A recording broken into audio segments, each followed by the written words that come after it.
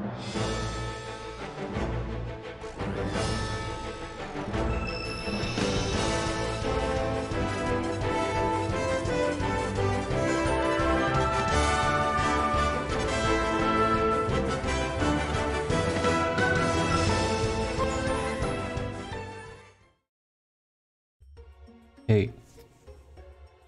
how you doing? How's it going? Welcome to another review. I can't believe that I have to make a review on this, but I do because some of the stuff in this review is actually pretty positive, and well, let's just talk about it. That's a horrible way of opening a video, but I don't even care anymore. Well, we're going with it. So 30 times mod for all evoking LBs on a cooldown. So this is a copium unit for anyone who didn't get Una, I guess. 85% spirit and defense break with also 125% lightning and water imperil on an ability. So I guess it's pretty decent for anyone who wants 5% more lightning or water imperil. 200% LB damage, 500% capsule, lightning's STMR, 250% true shield build magic in spirit. And his LB is 27 hit, 80 times lightning evoke damage. STMR is okay. I don't know who to even want it because Lunafrey would like to still have her own stuff, so don't know. Yuna, I guess. Yuna would probably like that, probably, maybe, potentially. This guy was marked as a healer and support, and it looks more like a DPS. He has almost nothing. He has a few white magic and stuff, but like that's nothing. He has no Protectica, has no Shelga or anything like that. This guy barely consists of a support. His only use is that you would bring him for that 30 times mod boost for evoking LBs. That's it. So for Braska finally coming in the game and, you know, having so much potential and having so much material to work with, and this is going to be a theme of the video, by the way. They have so much to work with as a theme of having such a strong type of character. This is what they come up with. This is the creativity of Alum nowadays. So I'm giving him a 7 because at least the cooldown's okay and he has 125% imperil. Everything else I don't care about. So 7. Next, Jecht. He has literally no new Near Vision Awakened abilities besides his Lone Burst that got changed, and also his SLB. That's it. Oh, and also one of his he has like a EX2 and 3 ability. That's it. That's all he has. He doesn't have any new Near Vision abilities. He doesn't even have triple cast. So AV water imbue and also 50% water amp. Same. I mean, the normal Titus has this as well. Self water imbue, 30% water amp, 400% TDH. Same thing like Randy. I think this is gonna be a similar situation like Randy, but we'll get into that. 5% cap, 200% plane killer, 150% fair killer, passive, 150% lone burst damage passive. His SLB is 230 times one hit finisher with 100% human and fairy killer buff. And you don't even want to know what the regular LB is because it's just not very good. 450 times mod on a finisher that can be hit twice if you do wield it. So not nearly as strong as Randy, but maybe you'd like to care about this more than anything else just because just because it's a thing. So yeah. He still needs to earn his triple cast, by the way. He gets triple cast in the first turn. For anyone who wants to say, oh, he does get it. Well, he gets it on the first turn. Then you gotta earn it. Imagine needing to earn triple cast on a Near Vision Awakened in 2021. And like I said, he has no new, barely has any new vision other than if you want to count passives and stuff like that. And also, imagine your son being stronger than you. Imagine being this bulk dude and your son's stronger than you. He literally has weaker modifiers than the Near Vision Awakened Titus, who's amazing, by the way, and phenomenal and amazing compared to this trash. So I can't believe they did this. Like I was ready for Near Vision Awakened Jecht and everything. I even used Omni Prisms to get more, to be able to have more jets and everything, and now I'll probably just get him for the bonus and that's it. Like, what would be the purpose of using this guy when you have New Vision Awakened Tidus, who's incredibly phenomenal and amazing and a very strong damage dealer, and then you have this joke? He's not very good. I don't know why. Unless you never had, unless you don't have Tidus and you have like 20 Jets, you're using a very mediocre finisher who has nothing new to offer. Barely anything new to offer. So 7.5. At least he is a strong in some way. He's not total trash, but why even bother using him when you have Tidus? I just can't believe what's going on with. They have so much material to work with this guy. FF10 has a huge universe of story, and this is what they come up with. I feel like there's like one person working Alum right now. This is my judgment right now. I feel like there's like one person working Alum, and they outsource their customer service just like Gumi does. And like one person comes in with like dimmed lights, and he like, I can barely see, but I want to try to do something, right? That's kind of how I feel like what's going on here. Because with the next unit, that really feels like what's going on.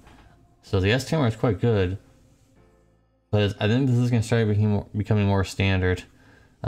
Just high attack accessories with flat stats, but only for that only for that category type of thing.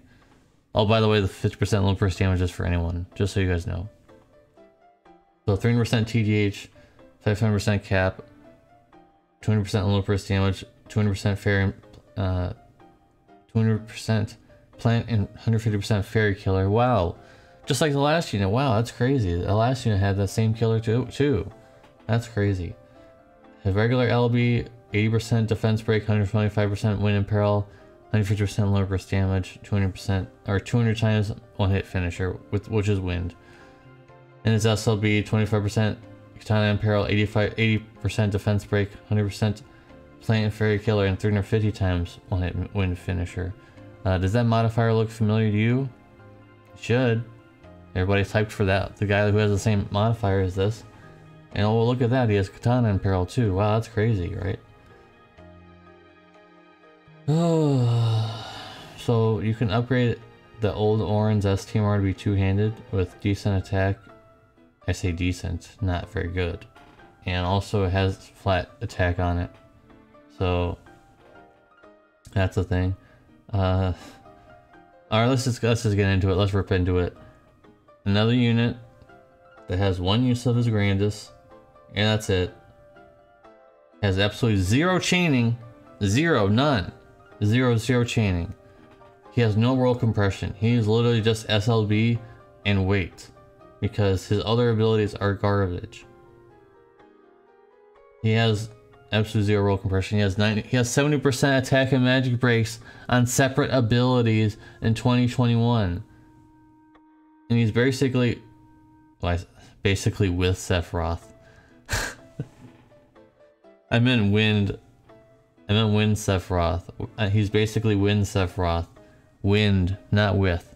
Wind Sephiroth.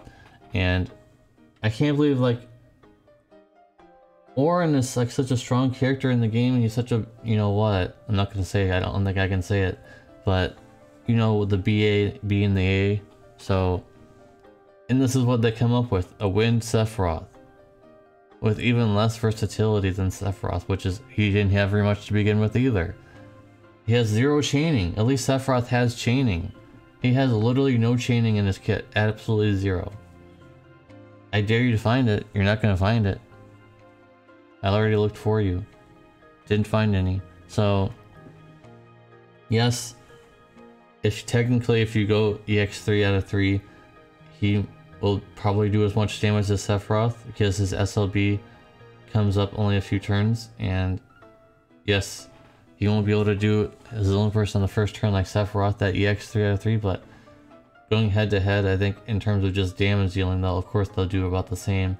They both have the same technically, because Sephiroth takes a few turns to get to the max stack, and Auron gets the max stack immediately, but you have to wait a few turns, so it's kind of like the same thing almost.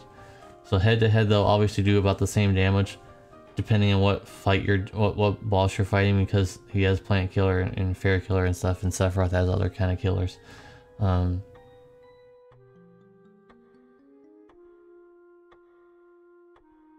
I just don't know what to think, because I'm just so angry that they first of all, they made Yuna into a mess, who yes is very powerful but very hard to gear, and you could argue, oh, she's not very hard to gear. Yeah, if you have a lot of equipment. If you don't have a lot of equipment, it's a nightmare to gear Yuna in a proper way.